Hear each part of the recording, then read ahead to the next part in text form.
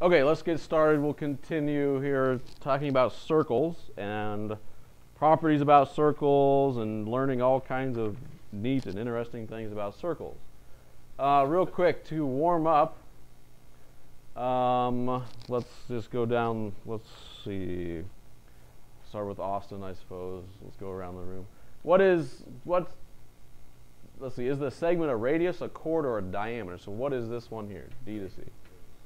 D to C is a radius. Is that correct? Radius. Okay, I'll agree. Abby, what's B to D? B to D is a diameter. Very good. You can even go and have your parents listen to this and see how good you answer questions. That would be. So, see, Mom, I got it right. Ashton, what's D to E? Chord. You're correct. And A to E, Michaela, what's A to E?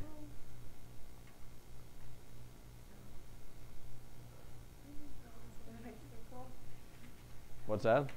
Ashley said certain circle, and I was saying no. So,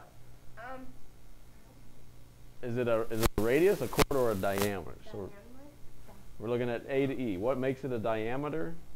oh, okay, I guess A diameter would have to go through where? A diameter has to go through the center. Does AE go through the center? No, so it's just a chord, right? Yeah. A diameter really is a chord, right? This is a chord, but it's a specific chord that goes through the center, so we call it a diameter. Does that make sense? Kind of like a square is a rectangle. A rectangle is not necessarily a square. A secant is the line that has arrows on the end. That's not in the. What? I guess it just has to. A secant, right, would be the line, right? Difference between a line and a piece of a line or a segment. Does that make sense? A secant has arrows on the end. A segment does not. A chord is a segment that has endpoints on the circle. Okay. Yeah. So the difference is, a secant is a line. A chord is just a piece of a line, a segment. So notice we talked about last time. We talked about arcs. Okay, if I have a chord, there's a couple chords on here. In fact, all of these are chords, well, except for the radius. But this is a chord. This is a chord. The diameter is a special type of a chord. Notice each chord divides the circle into. We talk about arcs like we did yesterday. This is an arc, right? And this is another arc, correct? So if I have this chord, it would divide it into two arcs, right? This chord, D to E, divides into this green arc and this red arc. And note, right, the other chord, AE, divides it into a different arc over here and another arc over here. So a chord divides a circle into two arcs. And we talked about those yesterday. It could be a major arc and a minor arc, right? A big one and a little one. And then specifically a diameter is going to divide it how? Right, exactly in half, and we call that semicircle. So it's going to divide it into two semicircles. Divides it exactly in half and divides into two semicircles. Which, a little side note, what's the angle then for that? If it's half of a circle? 180 degrees, exactly. Okay, any other chord, right, is just going to divide into two arcs. One of them is going to be a minor arc and one of them is a major arc.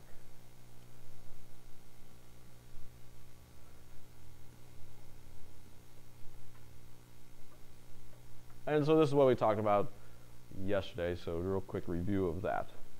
Today we're going to focus on chords and some different properties that go along with chords that divide a circle up into different pieces, and we'll look at some theorems that allow us to look at certain problems, kind of like the problem from the homework that we looked at a little bit ago. Questions on that? Okay. Theorem 10.3 says, in the same circle, or if you're not the same circle, you would have to be what? What do we feel? Congruent. You could have two circles as long as they're congruent, meaning they have the same radius. Okay, in the same circle or congruent circles, two minor arcs would be congruent. Remember we talked about congruent arcs. They have to have the same central angle, the same angle, and they have to be in the same circle or in congruent circles, or they have to have the same radius, essentially. So two minor arcs are congruent if and only if their corresponding chords are congruent. And this should make sense, right? If I have a circle right here, and I have this chord AB, and this chord DC, the center of my circle, I don't know, somewhere here, right?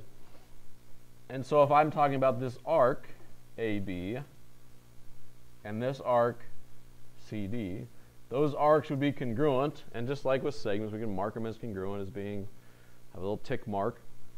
These arcs would be congruent. It says if and only if their corresponding chords are congruent. So this chord, right, has to be congruent to this chord in order for those arcs that they cut out to be congruent. And that should make sense, right? If you're talking about the measure of this arc, we're looking at the measure of the central angle that it forms. Same thing here. This arc has to be the measure of this angle. And those angles are going to be the same. Essentially, these triangles would be the same as long as those sides are all this side and this side are the same. So if these chords are the same, the chords are congruent, then those arcs are also congruent. Okay. Questions on that? Another, I guess it's not a theorem. More definitions here. We say a point could be a point or a line or a segment or a ray. Any of those geometric figures, a point, a line, a segment, or a ray, that divides an arc into two congruent arcs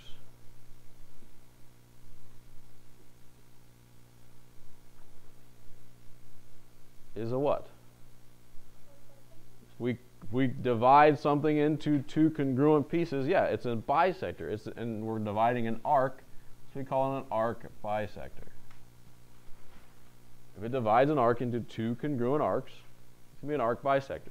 So we could be talking about a point. It could be this point right here, this point Y.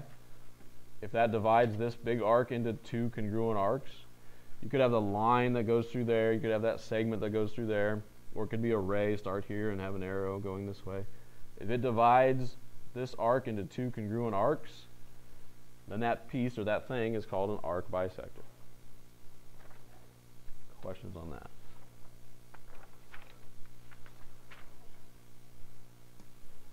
All right, next theorem, 10.4. If one chord is a perpendicular bisector,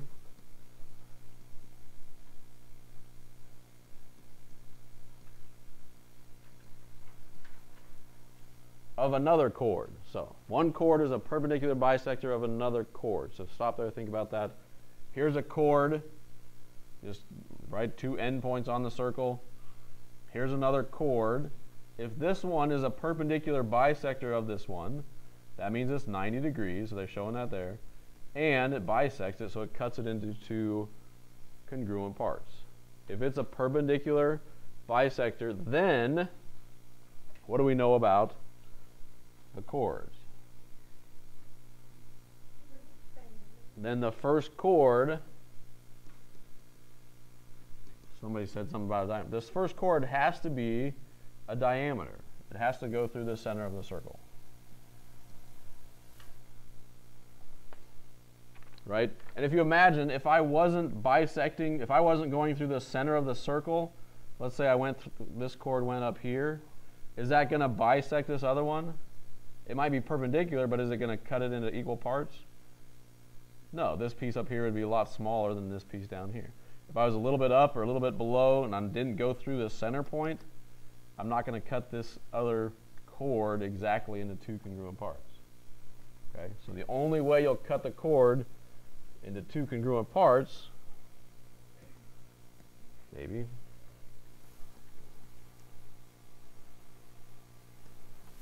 The only way you'll cut the chord into two congruent parts is if you go right through the center of the circle. So that first chord has to be a diameter.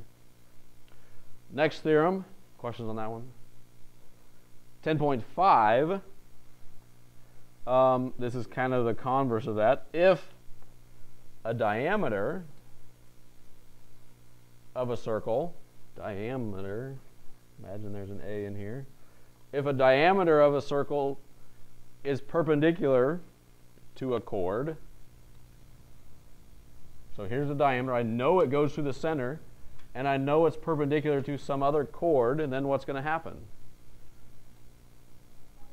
Then that diameter is going to bisect the chord. So this chord FD gets cut into congruent pieces. It's bisected. But it bisects the chord and it's what? The arc is also going to get bisected. Yeah, this arc is congruent to this arc.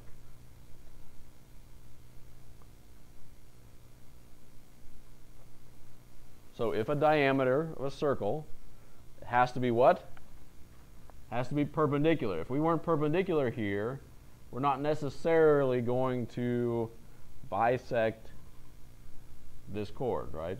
I could have a line go through the center and go through this chord, but if it's not perpendicular, if that angle is not 90 degrees, right, obviously it's not going to bisect it into two equal parts. And certainly this arc is not cut into two congruent parts. Okay? But if it is perpendicular to the chord, then it bisects the chord and the arc. And 10.6, I think this is the last one. Again, we'll talk about being in the same circle, or if you're not in the same circle, you'd have to have what? Congruent circles. In the same circle, congruent circles. So you could have two separate ones as long as they have the same radius, they'd be congruent. And if you had chords that are congruent, or two chords are congruent, if and only if they are what from the center? Equidistant. So these chords would be congruent, or they would be the same length if they're the same distance, or equidistant from the center. So if that distance is the same as this distance, then this chord is congruent to that chord. Questions on that? All right, so let's look at a couple examples. So we're going to apply these properties. You might have to look up at these theorems and think about which one you might use. But first one, in circle R, it's not labeled, we'll call this R, I guess. In circle R, segment AB, so let's call this one AB, is congruent to segment CD. So we'll call that one CD. So these are marked already as being congruent. AB is congruent to CD. That's what they give us. And they also tell us that this arc, AB, is 108 degrees. So this arc from here to here is 108 degrees. If that arc is 108 degrees, what does that mean? It means this angle, this central angle, is the angle to the center of the circle. This angle is 108 degrees. What do we want to find? We want to find the measure of arc CD. So what's this arc over here? 108. Why is it 108? Measure of arc CD equals 108 degrees. Yeah, because those chords are congruent, they're in the same circle, then the arcs are going to be congruent. Questions on that?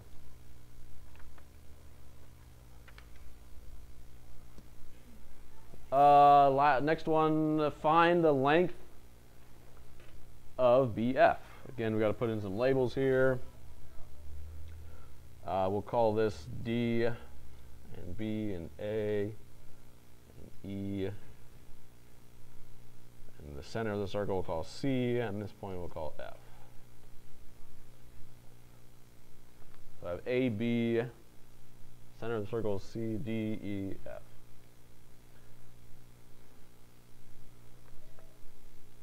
And we also got to know, if I know that this piece over here is 10, find the length of BF. And what theorem would you use? Well, what are they showing us? What theorem might we want to start looking at? Okay. 10.5. I have a diameter. I know this goes through the center of the circle. I have a chord over here, and I know that's perpendicular. So what's the theorem say? If it's perpendicular, if it's a diameter, so it goes through the center, and it's perpendicular to some chord, it's going to bisect this chord. So if this piece is 10, BF has to be what? 10. Yeah. BF equals 10. What's the theorem? 10.5. Questions on that?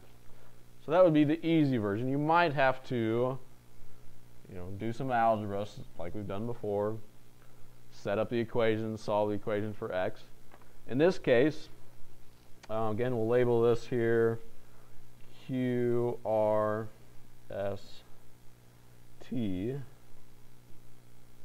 Call this circle P. This point we'll call V and W.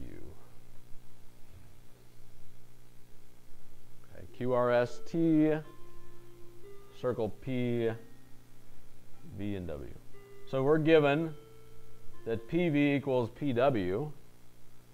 So P to V, we're going from here to here, is equal to PW. So these two little pieces are congruent. We're also given that Q to R, so we're going from Q to R, so this segment is what? So this little piece is 2x plus 6. And S to T, this piece over here is what? 3x minus 1. We want to find Q to R. What do we do? If I want to know QR, what do I have to find first? X, because I know QR is 2x plus 6.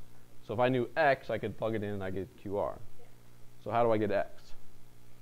2x plus 6 equals 3x. Right. We're going to set up an equation. Why do we know these are equal? 2x plus 6 equals 3x minus 1. Because the two chords are equidistant from the center, because they gave us these two pieces are congruent, so those two chords have to be congruent, meaning their lengths are equal. So you set them equal to each other and you solve for x. What do we do? Subtract 3x. Subtract 3x. Now I get 2x minus 3x. What am I going to get? Negative 1x, or just negative x. So plus 6. And I have a negative 1 over here. Now what do? Subtract 6 on both sides, and I get a negative x equals negative 1 minus 6 is going to move me back negative 7. So you already started at negative 1, you go backward to the left 6 more. So you're at negative 7. This isn't what I don't want negative x, I want positive x. So what do? Divide by negative 1. Divide by negative 1, and I get x is equal to positive 7. Yay, I'm done, right? No! Why not? Because you need to find Q. They want QR. What are they asking for? Make sure you look at it, think about it before you circle your answer. QR is 2x plus 6. But we know x is really what? 7. So it's 2 times 7 plus 6. 2 times 7 is 14, plus 6 is 20. Very good, Austin. Everybody knows you got it right. Questions on this? Okay. Your assignment is page 667, 3 through 20. 667, 3 through 20.